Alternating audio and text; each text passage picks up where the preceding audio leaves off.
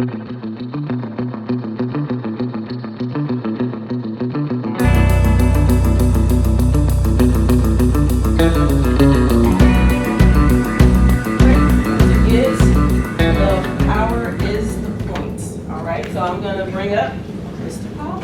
monotonous, I'm boring, so you know, you're gonna be in trouble, and I've never done this before. Ever.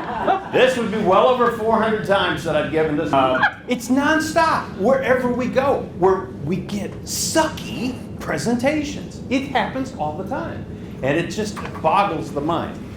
One of the greatest generals and our former Secretary of Defense says, PowerPoint makes us stupid. Why? Because we eliminate any possibility for creative, critical thinking. Because we think a PowerPoint is a PDF or a Google slide. It was Steve Jobs who said people who know what they're talking about don't even need the darn thing. But yep, we continue to do it. Folks, there are 9, and I heard several of them today, there are 9 flawed presentation styles. Next slide. Please note, there are 151 words on this chart. I will read them all out loud as you follow along silently. Remember the Rambler who just talked and talked and talked in circles about one thing on the slide but said it to us 7 different ways? The Rambler, one of those personalities. Oh, there's always one of those guys. Oh, and this is to develop a plan to hire summer interns. Oh yeah, the high riser who takes every phrase, every sentence, and rises up like it's a never-ending question. And then, of course, there's the alien. Oh, this is the guy who's fun to work with, very congenial at work, fun. He's the life of the party, great coworker, but you put him in a presentation and he turns into an alien. He's robotic. My presentation's next? Oh. Today I'm going to go over our core values for the organization. Please follow along. Or how about the filler? Oh, there's a lot of us who do a lot of things like the filler. Favorable ratings, right? Right? Verbal pauses are just simply habits where noises rumble over our vocal cords and words come out that we habitually say just for that split second so we can think, what are we going to say next? One of my favorites is the apologizer, who tells us, I'm really sorry if this font is too small for you to read clearly. That person already knows the font is too small to read clearly, but doesn't matter. I'm putting it in my slide deck regardless. Or how about this guy, the announcer? There's no need trying to interpret what his slide means. He's gonna tell you. He's gonna give you the description of absolutely everything. Thank you, Skip. Let's take a look at the chart right here. We've got a very cylindrically looking circle over here with a dotted line to workforce, and obviously a dotted line means dots. And up to the cranks that go around, that represents the cranky workforce. Now, I think of it as an offensive line. Here you've got OBJ. Objective? No. Odell Beckham Jr. Folks, why do we make bad presentations? Because our profs did it in undergrad. We saw how they did it, and so when it was our time to get up there and make a presentation, what we did? We just replicated what the prof did. We go to graduate school. Oh, it's the same prof. It's the same sucky presentation. It's done the same way. We just keep replicating it because that's how we first experienced it. Or you get in the corporate world, how many presentations have you had to sit through at BHA? Well, it's the same folks from the same schools that do the same thing. And we just go, I guess this is the way it's supposed to be. No, it's not supposed to be that way. We can't keep doing it. There's 21 PowerPrez techniques. here's what's going to happen to you today. You're going to find 3 takeaways. 3 takeaways that you're going to use for the rest of your careers. Now, I've been in the workforce for well over 4 years, and I guarantee it, I've been using these techniques from the year 1, which was just a little bit ago. These techniques, 12 of them I call pre-game, before the game starts, before the presentation even begins. Then we've got another 9 that take place during the game. During the presentation, you got to follow that, and then post-game. Number 1, rehearse the tech. Before you all got here, I practiced the tech to make sure it's good. I changed out batteries, I did all those things, we made the sound as good as possible, we turned the air conditioner down. Always rehearse your tech, Murphy's Law. If it can go wrong, it will go wrong. And I can't stand it when somebody says, I don't know why this is working. I should have worked. It worked when I had it before. always remember your hybrid screen size. Thanks to COVID, we're almost all, that's why we said no virtual for this one. And the reason being is once you plug into the network and you're on, that screen size is reduced by 57%. So everything that looked really good on your laptop looks really bad in the hybrid environment. The second thing is take the room temperature. So what I'm doing is I'm seeing nodding heads, I see a couple of smiles. You know, I'm looking to see where's my energy sources. You know, where are people that are maybe distracted, maybe all that kind of stuff. So if I'm in a room tomorrow and somebody's got their phone out, so let's say you got the phone out, I'll just start talking from here for a little bit. I don't have to say a doggone thing, do I? No. Teacher's pet. So I'm always looking for what's going on. And even, folks, even if you're just in a small little conference room and you got 6 people, take the room temperature. Are you having fun? I saw you all come in. You all know each other. You're having a great time, enjoying, knowing that this is probably not going to be a typical presentation that you have to suffer through. Gauge your audience, know where they're coming from. Just a couple seconds ago, I set your expectations. You're going to have 3 takeaways. 3 things are really going to resonate with you in the next few minutes. I'm going to speak for about 30 minutes, of which I'm already 7 minutes into it, so you don't have to suffer very much. And my intended outcome is that this changes the way you make a presentation for the rest of your career. Everything about a presentation is multimedia edutainment. You are educating your audience, but you are entertaining them.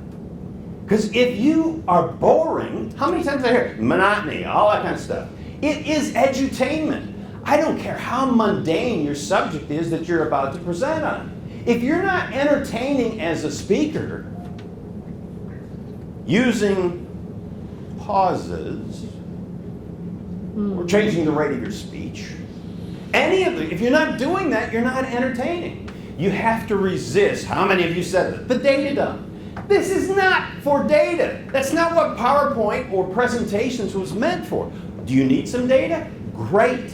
Find a different way to deliver it other than on that screen. If you need to do a leave behind, or if you need to send your slide deck, put it in background. Don't waste that screen space on those kinds of things. Use videos, use audio, use slides, use photos, graphics, all this kind of, it's multimedia. I mean, trust me, everything that we experience on our cell phones or as we stream, it is all a multimedia experience for all of us. And then we come to work and we go, stack the deck. When you're making that slide deck, you're doing it intentionally. You want to understand that if you're speaking for 60 seconds, you want about 3 slides. Oh, did you get that? If you're speaking for 60 seconds, you need about 3 slides. Why? Because that's multimedia pace. Have you ever watched a movie where they just sit on Matthew Damon and Jason Bourne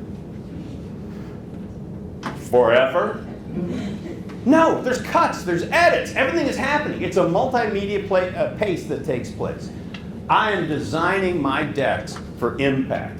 I want to give you takeaways, not information. So, I want to give you a demo. A couple weeks ago, I did this course, this workshop for our third-party monitors in Kinshasa that were there. And I said, give me one of your slides. So here's a typical USA BHA slide. They did have a photo in it, that's great. However, you look at all of that, that's kind of typical, isn't it? Whole lot of data. I say, you've got 66 words, so it'd take you 34 seconds to go through that doggone slide.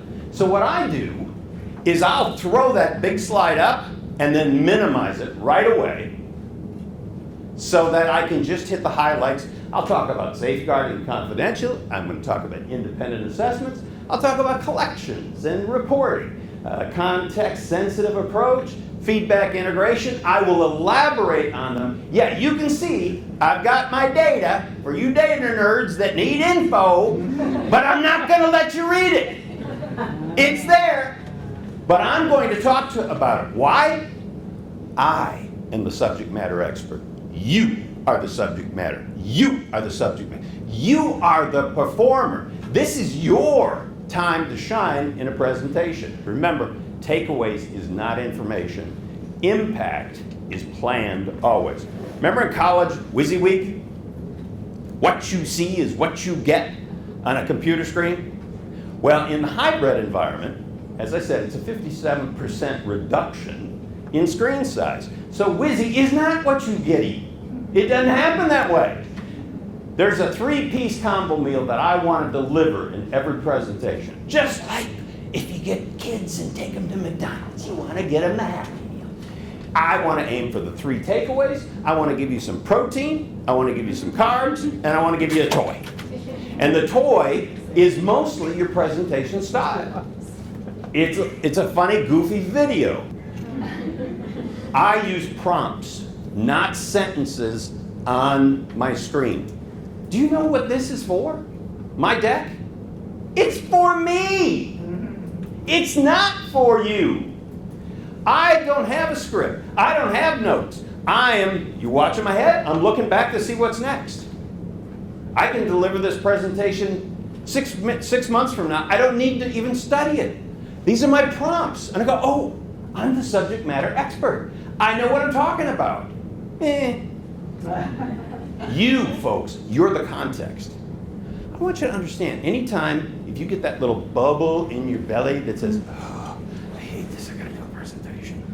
No. You deserve to be standing in that room. You have earned that right. You earned that right. And don't ever talk yourself into something different than that. You have earned that right. It is your stage. It is your place. You own it. You are the context, not information. The prompts are for you as a speaker so that you know what you're doing next. Rule of 87. This is going to be a takeaway. The human attention span is 8 seconds. Microsoft has done this study every 5 years. It's 8 seconds. Why? Your phone. That little thing is such a doggone distraction. The human attention span is 8 seconds. If you have children, you know it's about 6. Mm-hmm. Goldfish have an attention span of 9.25 seconds. You are below goldfish. So the rule of 87 is this. If your attention span is 8 seconds, I never put more than 7 words on screen. Ever. Why? Because if I do, you're going to read it. And you can't read it, hear the words in your head, and listen to me at the same time. It just doesn't work. But yet, we see all these slides that are loaded up with unbelievable number of words, and somehow you're not going to read that? It just doesn't make any sense. Font matters. Have you noticed? I use kind of large font. In my case, I use 72-point impact all the time. And I limit it to 7 words. You should, and a black background. I know what your questions are. We'll get it. But here, they make us do that. But I use that dark background, so there's no reason that any of you in this room can't read that. I make no hybrid apologies. I know I'm going into a hybrid environment, so doggone it, it. Make sure you can sit in the back and read it. If you can't, you messed up. What I want to do in a presentation as I get into a slide, it's ego. Get in, get out. Once I give you the concept, you're smart folks. I don't need to come back and circle around the concept a whole bunch of times. I want to give you first-class service. You've been in an airport? It's holiday time. Some of you can go home. We queue out into that gate area. And then it's the slow shuffle to get on, right? Is there going to be any place to put my bag in the overhead? And we get there, and finally we land. What does everybody want to do? We want to get out of there. And you look at the people that are just going so slow up in row 9, and it's like, come on, I want to get off this. Get into your presentation, get out. If you're booked for 60 minutes, shut it down to 25 if you're done. What difference does it make? People love to get time back. Don't think you've got to fill up the minutes you've been allotted. Say it, get in, stop, don't circle around it, and get out. Now we're in the game. Folks, I don't care if there's 6 people in your conference room. Stand up. If you don't stand up, you don't own the room. I'm on stage. I'm the performer. I'm the edutainment. If you want to own the room, stand up. Always. If you're not standing, you're not owning. You are on stage. You want to go to a Broadway show and watch the actors up there sit in the chairs? I mean, you think it's waiting for Godot the whole time that you're going to watch everything? Sometimes in presentations it is. There is a stereo mix of power. I like a great mix. Y'all like some music? I want to have tone. I want to have movement. I want to have body language. It is all a mix that takes place. You want to see some gestures. You want pace so that it's moving. And the screen is just there as a prop. It is not center stage. You are center stage. I'm center stage. That's a prop. All it is. Now, I'm moving quick. But I don't think any of you think I'm running through it. You think the pace is good. It's entertaining. It's, okay, this is working. I'm getting some stuff. This is working. Pace isn't speed. I'm not saying get up and don't do it that fast. No. It's just the pace that gets you through the things. Slow down. Have stage speech. Use those tones. I think the most powerful thing in a presentation is that pause, is that essence of I'm whispering, so now you're going to have to lean in. Oh, what did he say? That's where you get some power. I want that presentation to have flow. I want it to captivate. I want it to engage. I'm not seeing anybody in this little audience that's disengaged right now. That's the way every presentation needs to work. Now, micro-messaging. Sometimes we use presentations to deliver some bad news if there's performance issues. You've probably been in it with whoever's giving the presentation, maybe a GS or whomever, and there's some little backhanded slaps going on. Yeah, we're missing a deadline. We were behind, etc. If you ever are in a position in your career where you've got to deliver some bad news, I want you to remember the difference between the showcase and the warehouse. You go to a little downtown podunk America, and you walk the city street, and you look in and you see what's in the showcase window. There's a couple of things that they're putting in there. In the back, in the warehouse, that's where they keep all the stuff. When I've got to deliver some bad news, I'm going to only use the screen to say, you know what? We are a great team. We are doing things. Everybody's working together. It's positive. Everything is terrific. And as we move into 2025, I know that because of who we are, we're going to do a lot better job in XYZ. You give that affirmation. Those of you who have children, you know that works better than saying, you do that again, and I'm going to tell your father. So that stuff is not going to work. When you're in the hybrid environment, I call it play the room, not the Zoom. Here we've got owls. Have you ever been to the hotel check-in desk? You're third in line, second in line. First in line, they get a phone call. Up comes the finger.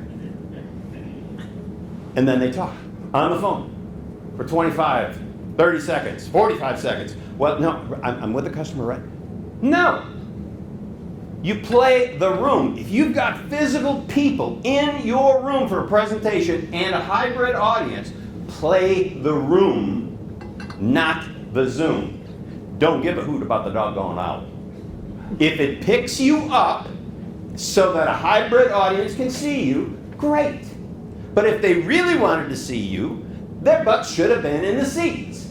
So you play the room, not the Zoom. And that gives you so much more power as a presenter when you are actually playing that room. If you get it, you got it, right? You're smart, folks. That's why I can have this kind of pace. Because you get it, you get a little aha moment every now and then. Redundancy is boring again. Why keep repeating it? Hit your point, get on, get out. If you give it, they get it. Once you have given the information, once you've given the takeaway, they got it. Move on. One of the things you want to do, right, as you get ready to close, you want to summarize. Summarize. It's nice and warm outside. Summarize the 3 takeaways that you really want your audience to have. And don't make it 7. Their attention span is 8 seconds. Don't make it 4. 3. Maximum. Hit the crescendo. Always plan, when you're stacking the deck, when you're stacking your presentation, you are building to that ending. You want to get to a place that at the end of the game, you start to build the retaining wall. How do you do that? It's not through Q&A. Q&A is the dead zone for a presentation. Always is. You know what the 3 worst words in a presentation are? Next slide, please. Next slide, please. Next slide, please. Oh my gosh, it kills. Now, GFE, you can't use one of these fancy things, right? But then that just means you walk over and hit the button. If you say next slide, please, you should be punished. Anybody in here ever said that? Yeah. Oh, you bad people. One of the powerful ways to end a presentation is to yield the floor. So let me ask you, what's one big takeaway you've already gotten today? Pauses are powerful. What do you got? You like that one? Okay. What do you got? 60 seconds, 3 slides. Yeah! Can you pull that off? I'll try. What do you like? If you're presenting, you've earned that spot. You deserve it. Amen, brother. Now, if I would have asked you, what are your 3 takeaways? Well, I would have lost you.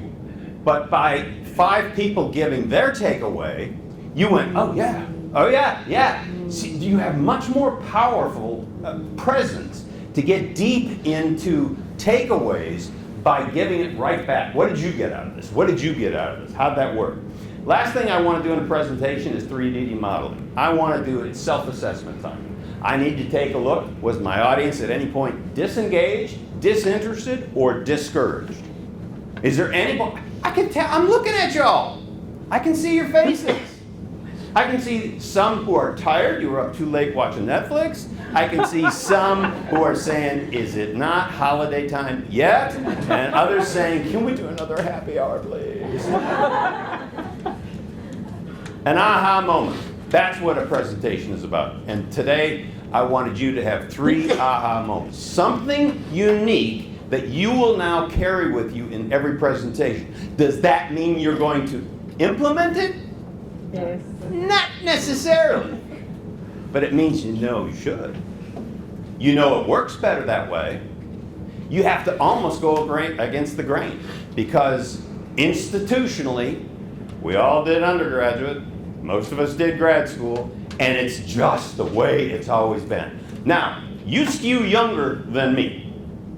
And you all been revolting against us baby boomers because we're stuck in our ways. Oh no! Yeah, we're crazy.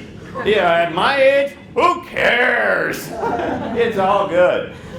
What I have done in this presentation is I've modeled for you your eureka. You see, I just went through 84 slides in 30 minutes. Some of you think that a 30-minute presentation should be about 6 slides. Well, if that's your calculation, you just lost your audience before you put one word on a slide. By doing it this way, if you've got 6 bullets you want to make, 6 slides with minimal words. Just a prompt for you to get started and for you to take off and get going. Folks, power is the point. That's the reason we can use this tool. It is not center stage. It is not ever going to replace you. Thank you.